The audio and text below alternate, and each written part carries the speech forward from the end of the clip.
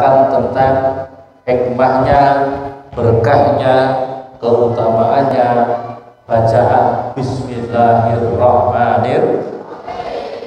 Hukia anna Yahudiyan asyaqa imra'atan. Ada seorang Yahudi. Orang Yahudi itu jatuh cinta. Jatuh cinta itu apa? Jatuh cinta sama seorang perempuan, orang Yahudi pula. Jadi ada orang Yahudi jatuh cinta sama orang Yahudi. Sampai-sampai seperti kal majnun, seperti orang gila. Wala yahnau bi ta'amin, sehingga ia tidak bisa makan, tidak bisa minum, tidak bisa tidur, tidak bisa nyenyak, kecuali memikirkan siapa yang dicintai tadi, orang Yahudi. Maka kemudian fadzahaba ila Atha' al-Akbar. Maka kemudian orang Yahudi tadi itu sowan sama seorang ulama besar namanya Syekh Atha' al-Akbar. Syekh Atha' al-Akbar. Siapa namanya? Syekh Atha' al-Akbar. Namanya Syekh Atha' al-Akbar. Sowan, ya Syekh, saya ini punya kena penyakit seperti ini ya Syekh. Saya ini jatuh cinta sama seorang perempuan, tapi mungkin karena beberapa faktor sehingga dirinya tidak bisa mendapatkan cintanya itu. Wasalan halifa katabalahu. Maka kemudian Syekh Atha' al-Akbar itu karena ini orang terkena penyakit jatuh cinta, rindu sama perempuan, maka kemudian menulis Bismillahirrahmanirrahim. Tulis kecil-kecil di kertas. Kemudian setelah itu dikasih masuk mungkin di minuman atau di makanan, langsung makan. Jadi kalau taruh dikasih minuman langsung diminum. Jadi kertasnya kecil, karena kecil kan gampang ditelan. Wong pil saja besar, ini apalagi tulis kecil sekali. Ditulis langsung ditelan dengan minumannya. Bikadzin wa qala ibtala hadi fa Allah taala yuslika anha. Barangkali dengan berkahnya bismillah kamu bisa disembuhkan dari penyakit kamu ini, penyakit jatuh cinta kamu dengan perempuan Yahudi tadi. Maka kemudian setelah itu qad wajadat halawatul iman. Maka gara-gara dirinya menelan Bismillahirrahmanirrahim, maka muncul rasa keimanannya, kuat keimanannya, ketakwaannya kepada Allah Subhanahu wa taala, kepada dirinya. Maka wa dhahara fi qalbin nur, dan nampak di dalam hatinya ada nur iman. Wa nasiyat tilkal mar'ah, wa nasitu tilkal mar'ah. Dan saya melupakan, kata orang Yahudi tadi, saya melupakan dengan jatuh cinta saya. Karena seseorang itu kalau hatinya dipenuhi cinta sama Allah, paham ya? Kalau hatinya dipenuhi oleh cinta kepada Allah, maka hatinya tidak bisa dibelah untuk cinta kepada selainnya Allah Subhanahu wa ta'ala. Maka akhirnya dia itu melupakan dengan perempuan yang ia rindukan tadi. Maka oleh karena itu dia minta, ya Syekh, saya mendapatkan kedamaian, ketenangan hati saya ini dengan iman kepada Allah. Maka ajarilah saya untuk bisa masuk Islam. Maka kemudian dia ucapkan syahadat, dibimbing oleh Syekh Atha' al-Akbar untuk masuk Islam. Kemudian setelah itu fasami'ati tilkal mar'ah bi islamihi. Maka kemudian mendengarlah perempuan yang dirindukan tadi, mendengar bahwa laki-laki itu merindukan dirinya ternyata sudah masuk Islam. Maka si perempuan juga sowan ke Syekh Atha' al-Akbar. Namanya sowan. Paham ya? Sowan itu menghadap. Jangan soan, jangan Nah, kalau orang Papua itu bukan sowan, tapi soan. Soan itu apa? Soun ya. Ya, sowan, paham ya? Menghadap. Maka kemudian si perempuan tadi juga menghadap sama Syekh Atha' al-Akbar. Maka kemudian Allah dzakara alaikal yahud alladzi aslama. Su'aini ra'aitu al-bariha fi manami annahu atani atin. Wa faja'at al-Atha' wa qala ya imamul muslimin anal mar'ah allati dzakaraha lakal yahud alladzi aslam. Wa ini ra'aitu al-bariha fi manami annahu atani atin wa qala li in aradti an tanduri mawdi'aka fil jannah fadhhabi ila Atha'. Ini si perempuan tadi. Hadirin, si perempuan tadi rupanya dia disuruh oleh suara, wahai perempuan, malam hari dirinya itu bermimpi. Dirinya bermimpi seolah-olah apa itu dirinya kemudian diperdengarkan ada seseorang, wahai perempuan, kalau kamu ingin tahu kedudukan kamu di dalam surga, maka datanglah kepada seorang ulama namanya Syekh Athail Akbar. Maka setelah itu si perempuan tadi juga datang. Si perempuan tadi menghadap atau sowan kepada Syekh Athail Akbar untuk menceritakan, ya Syekh, saya tadi malam mimpi begini. Katanya kalau ingin tahu kedudukan saya di dalam surga, saya suruh menghadap kepada kamu, saya suruh sowan kepada kamu.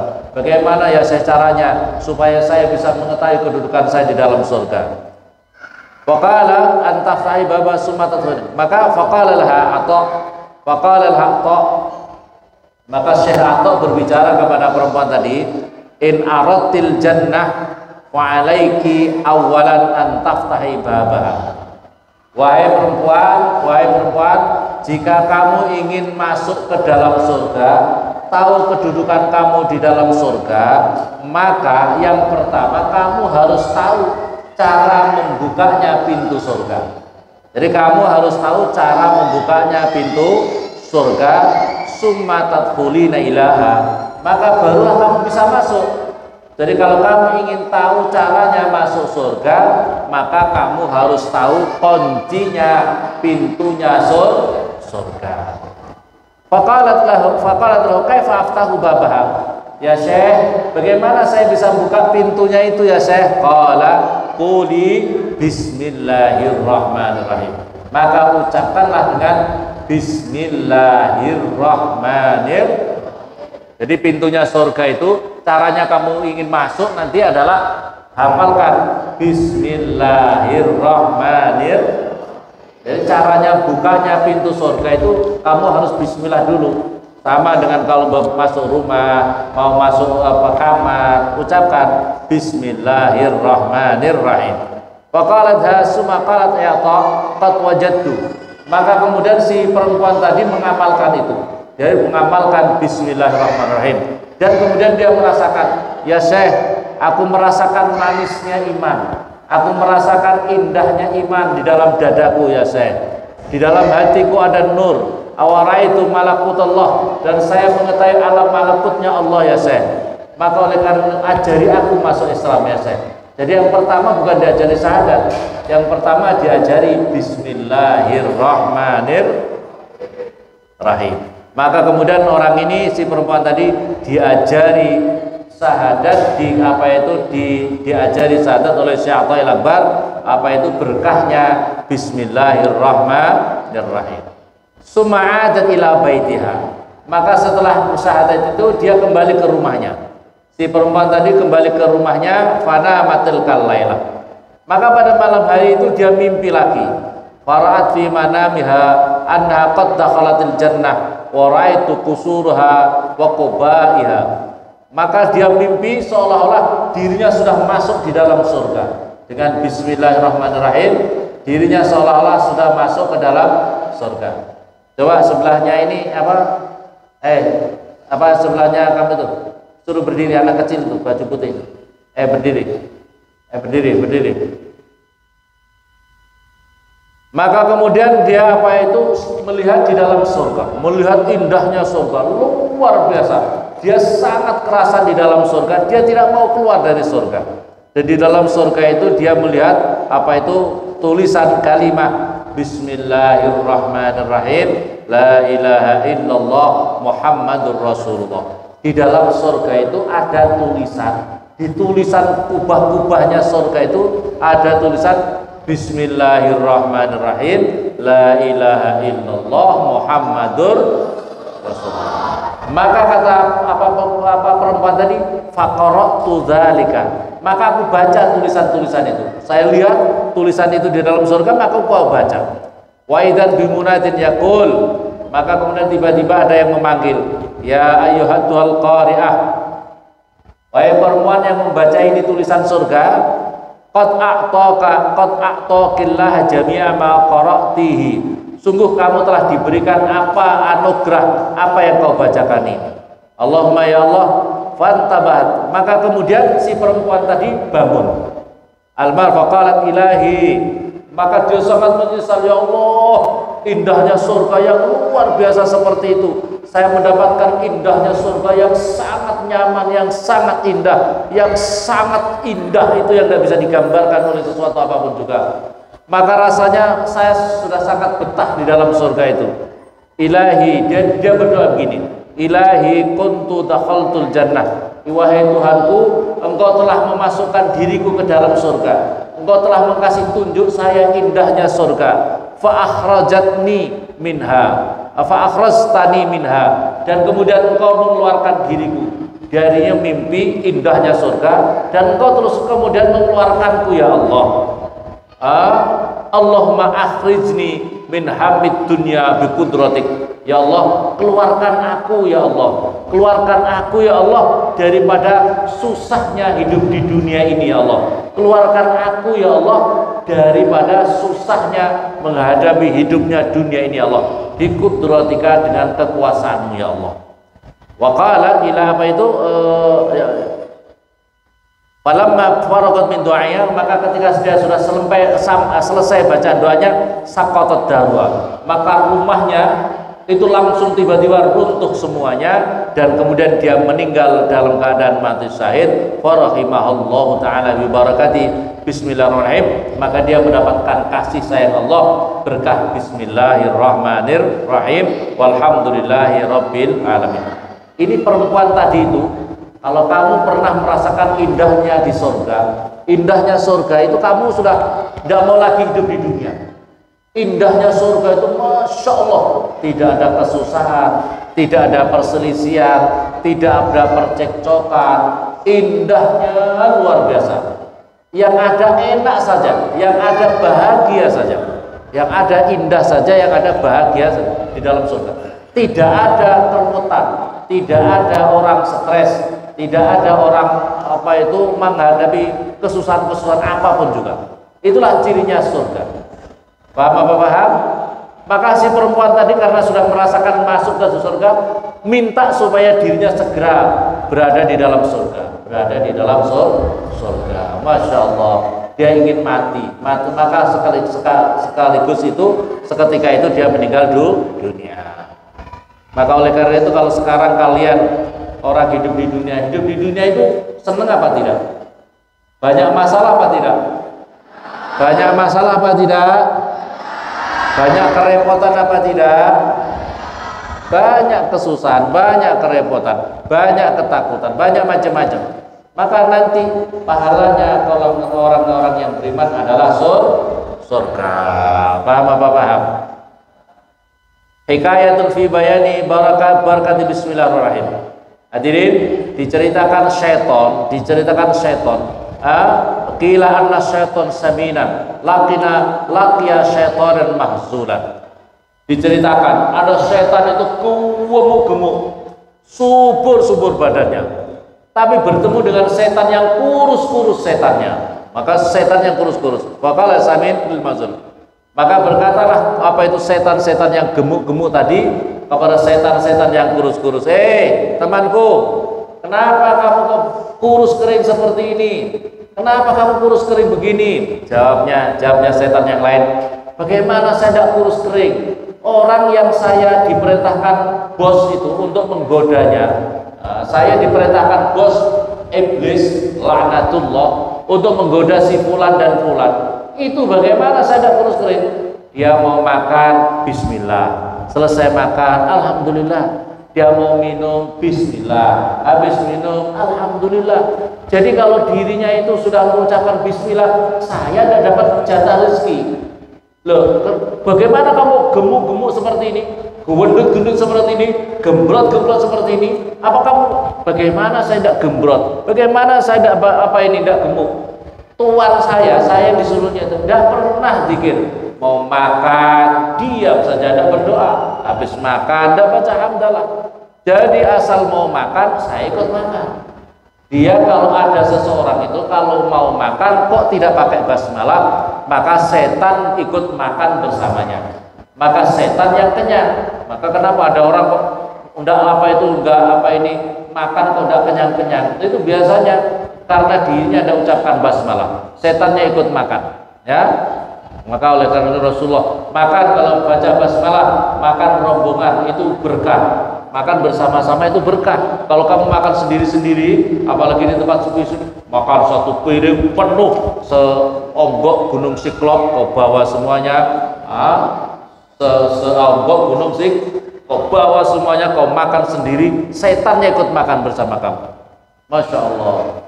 Makanya kalau orang tidak mengucapkan sering baca basmalah, kalau orang tidak sering baca basmalah, maka setannya ikut makan, kenyang. Maka kamu mengenyangkan setan yang menggoda kamu, itu gendut-gendut, gembrot-gembrot. Karena apa? Orang yang digoda tidak sering membaca basmalah ketika makan. Bahkan kalau seseorang itu tidak suka baca basmalah, itu apapun juga dia ikut.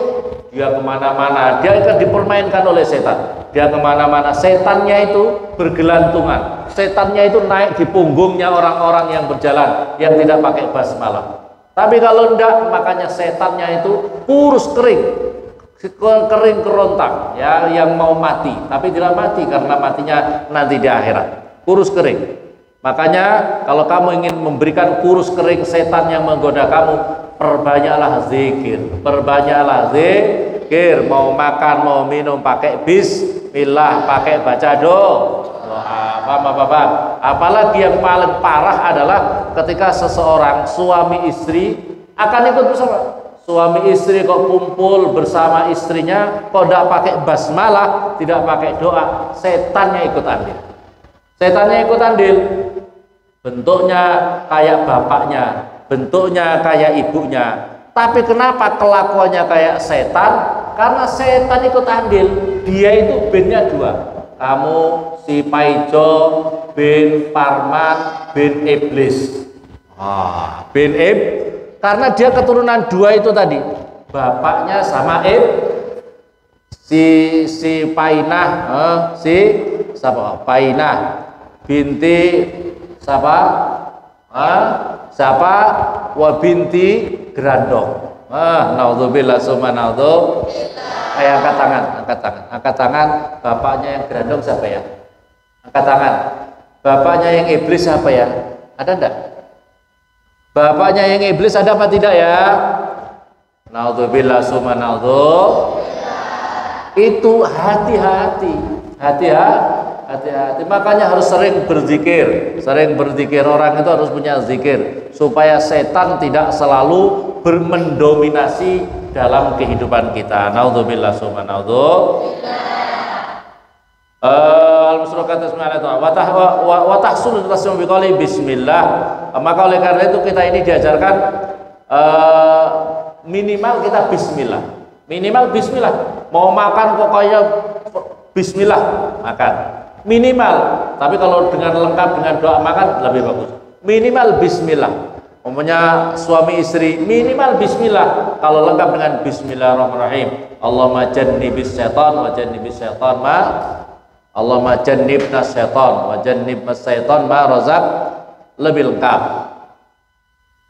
Kemudian hadirin yang dimuliakan oleh Allah Subhanahu wa taala,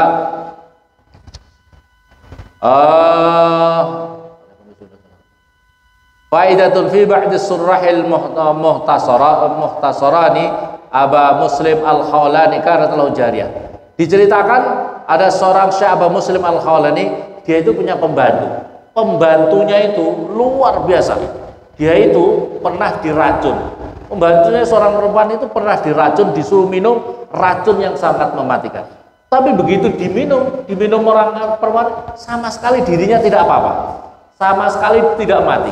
Maka kemudian, bagaimana kamu kok bisa dilindungi oleh Allah? Bagaimana tidak? Saya ketika mau minum saya baca Bismillahirrahmanirrahim, maka racun itu pun menjadi netral. Ini kalau orang yang sudah ahli zikir Bismillahirrahmanirrahim. Apa paham? Latifah qila anna Luqman alaihi salam, diriwayatkan Luqman alaihi salam ra'a riq'atan fiha. Pernah Syekh Luqman itu pernah melihat ada satu lembar yang di situ ada tulisan Bismillahirrahmanirrahim. Farafaha, maka kemudian diambil tulisan Bismillahirrahmanirrahim dari pelataran itu, dari tempat yang kotor itu, dimuliakan. Fakramallahu bil hikmah wa fil yawaqit lil qudwa sa'rin an sayyidina Halim radhiyallahu hasil qauman minal kufar fi hisni lahum wa qalu tazamana dinal islam haqqun fa arana ayatul islam.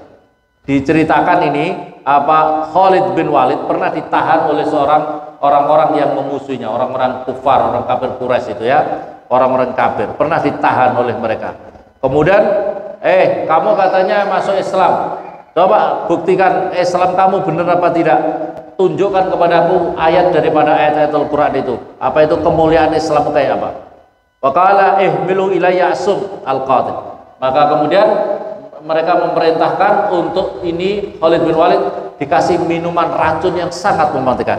Maka kemudian Khalid bin Walid membaca Bismillahirrahmanirrahim, diminum dan sama sekali tidak apa-apa. Sama sekali minuman racun itu menjadi netral. Dan kemudian orang-orang yang menahan itu justru kemudian masuk Islam. Berkahnya apa? Bismillahirrahmanirrahim. Jadi kalau orang yang mau mengangkat ada tulisan kalimat-kalimat thayyibah seperti yang tercecer di luar, ditangkap, maka kemudian orang itu akan diangkat oleh Allah minas siddiqin, daripada orang-orang yang terpercaya. Hadirin, orang itu ada siddiqin, orang yang khianat, orang yang pengkhianat, orang-orang yang terpercaya. Jadi kalau kamu ingin termasuk orang-orang as-siddiqin adalah jangan sampai kamu biarkan ada kalimat-kalimat thayyibah bercecer di tempat-tempat yang tidak baik. Paham apa paham? Hukia an ba'dil akabir salihin anna asara ala syekh Abu Asar yaktuba Bismillahirrahmanirrahim. Wa anna ba'dil akabir salihin anna asyara. Ada seorang ulama besar yang memberikan isyarah ala syekh Abu Bakar Ar-Sirraj. Ini memberikan isyarat kepada seorang ulama yang lain. Di antara berkahnya Bismillahirrahmanirrahim adalah barang siapa menulis Bismillahirrahmanirrahim sitamiyah wa khamsa isrin, ditulis 625 kali. Berapa yang ditulis hadirin? 625. Tulis yang kecil-kecil, tulis yang kecil-kecil, karena berkahnya itu wa dzakara anna man hamal hadza kasallahu haibatan 'azimah. Maka orang yang membawa tulisan berkah bismillah 625 itu, orang itu akan diberikan haibah 'azimah, keagungan, sifat keagungan, dimuliakan, punya sifat yang diagungkan daripada orang-orang banyak makhluknya Allah yang lain. Wala yaqdiru ahadun ayyal bisu, dan orang ini tidak akan mampu orang lain melakukan kejahatan bagi orang yang memegang kalimah ini tadi. Jadi tulis kamu, umpamanya ini mohon maaf, ada suatu hal yang genting atau kamu punya tulisan, tulis kecil-kecil Bismillahirrahmanirrahim 625 kali, nanti dilipat yang baik di bawah, taruh yang di bawah. Kamu insya Allah tidak akan bisa dijahati orang jahat siapapun juga. Amin Allahumma. Ini diantara keistimewaannya Bismillahirrahmanirrahim.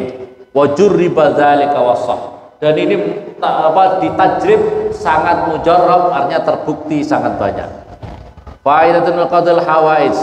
Ini diantara hikmahnya lagi. Untuk dikabulkan hajat. Mimana kalau ba'dul arifin man kanat al hajat muhimmah.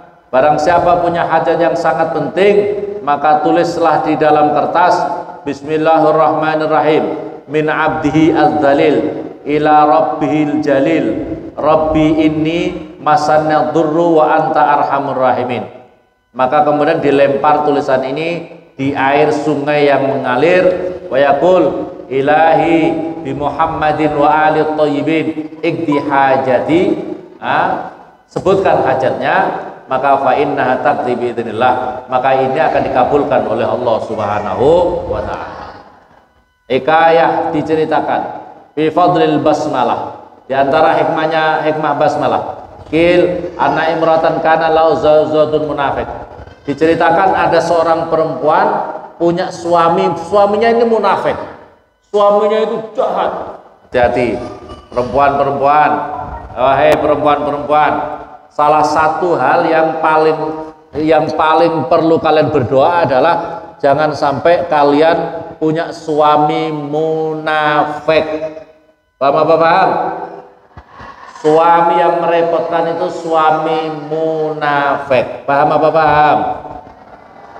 Disuruh kalau di rumah ngerepoti, suruh di rumah ngerepoti, disuruh pergi tidak mau pergi, digadekan tidak laku. Repot apa repot? Disuruh pergi tidak mau kalau di rumah ngerusak rumah tangga, digadekan tidaklah laku. Repot suami munafik begini nih, ya.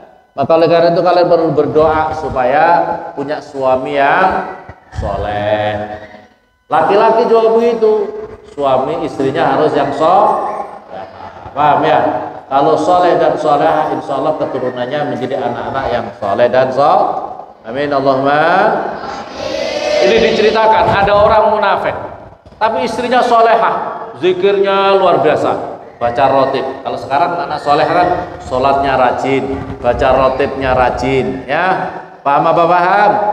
Kemana-mana pokoknya bismillah. Nah suatu ketika ini suaminya ingin bikin supaya ada cara bagaimana dirinya bisa marahi istrinya. Pokoknya bikin gara-gara supaya istrinya itu salah, supaya dirinya bisa marah sama istrinya. Karena istrinya selalu patuh, istrinya patuh, ngomongnya baik, tidak pernah kasar, pokoknya disuruh apa dikerjakan dengan sebaik-baiknya. Nah suatu ketika dia ini, wahai istriku sini, saya punya uang, ini dompet saya ada uangnya, tolong disimpan ya uang saya ini, benar yang baik, jangan sampai hilang. Ya suamiku, ambil uangnya, bismillahirrahmanirrahim, taruh di dalam lemari, lemarinya itu dikunci, lemarinya dikunci. Tapi suaminya tahu kuncinya taruh di mana. Begitu istrinya lagi sibukan yang lain, beberapa hari berikutnya dia itu dicuri. Apa lemarinya dibuka, kuncinya kan dia tahu. Dia ambillah uang itu langsung dibuang di dalam sumur. Buang di dalam sumur. Di dalam sumur. Maka terus kemudian setelah itu dia seolah-olah tidak terjadi apa-apa. Wahai istriku sini, mana uangku kemarin? Ada di lemari, ambil. Mau buka, bismillahirrahmanirrahim, mau dibuka, begitu diambil dompet itu, ternyata dompet sudah ada di situ. Pada saat yang sama, begitu ucapkan bismillahirrahmanirrahim, Allah perintah malaikat Jibril, turun kamu ke dalam apa itu sumur itu, ambil, kembalikan apa itu dompet bagi apa itu suaminya, istrinya yang solehah. Dia ucapkan bismillah, kembalikan seperti sedia kala, tanpa ada basah, tanpa ada kerusakan, biarkan apa itu masukkan ke dalam apa lemari dalam keadaan apa itu tidak basah, dalam keadaan baik. Maka dia ambil, begitu kembali, loh suaminya kaget, loh ada apa itu, ada dompet, ya ini kan kemarin saya simpan di situ. Langsung dia ucapkan, asyhadu an la ilaha illallah wa asyhadu anna, wahai istriku, saya ini terus terang saja bikin gara-gara. Ini kemarin dompet ini sudah saya buang ke dalam sumur. Kok sekarang ada di situ? Saya juga tidak tahu. Saya pokoknya kalau mau menaruh sesuatu, bismillahirrahmanirrahim, mau mengambil pakai bismillahirrahmanirrahim. Maka oleh karena itu pentingnya kita selalu berzikir, mau kemana, mau sekolah, mau tidur, mau macam. Kalau mau tidur, di antara hikmahnya lagi, mau tidur baca bismillahirrahmanirrahim 21 kali. Maka kamu akan diselamatkan daripada mati mendadak, pencurian, perampokan. Mungkin apa sekarang ini akhir-akhir tiba-tiba orang tidur begini, rumahnya runtuh, mati. Kan kemarin ada musibah seperti itu, ya. Di Jayapura ada orang yang tidur tiba-tiba mati gara-gara apa? Rumahnya runtuh, ambruk ke bawah. Ada yang seperti itu. Maka oleh karena itu baca, diantaranya hikmahnya adalah bismillahirrahmanirrahim 21 kali kalau mau tidur. Insya Allah kamu diselamatkan dari berbagai macam tadi. Paham apa paham? Maka oleh karena itu perrajin baca bismillahirrahmanirrahim. Apalagi kalau mau rajin baca bismillah, apa itu 786 atau dibaca 1000 kali. Kalau kamu baca ingin dimudahkan segala urusan, malam baca bismillahirrahmanirrahim 1000 kali supaya urusan-urusannya dimudahkan, rezekinya dilancarkan. Amin Allahumma. Semoga bermanfaat dan Allah majma'in. Assalamualaikum warahmatullahi wabarakatuh.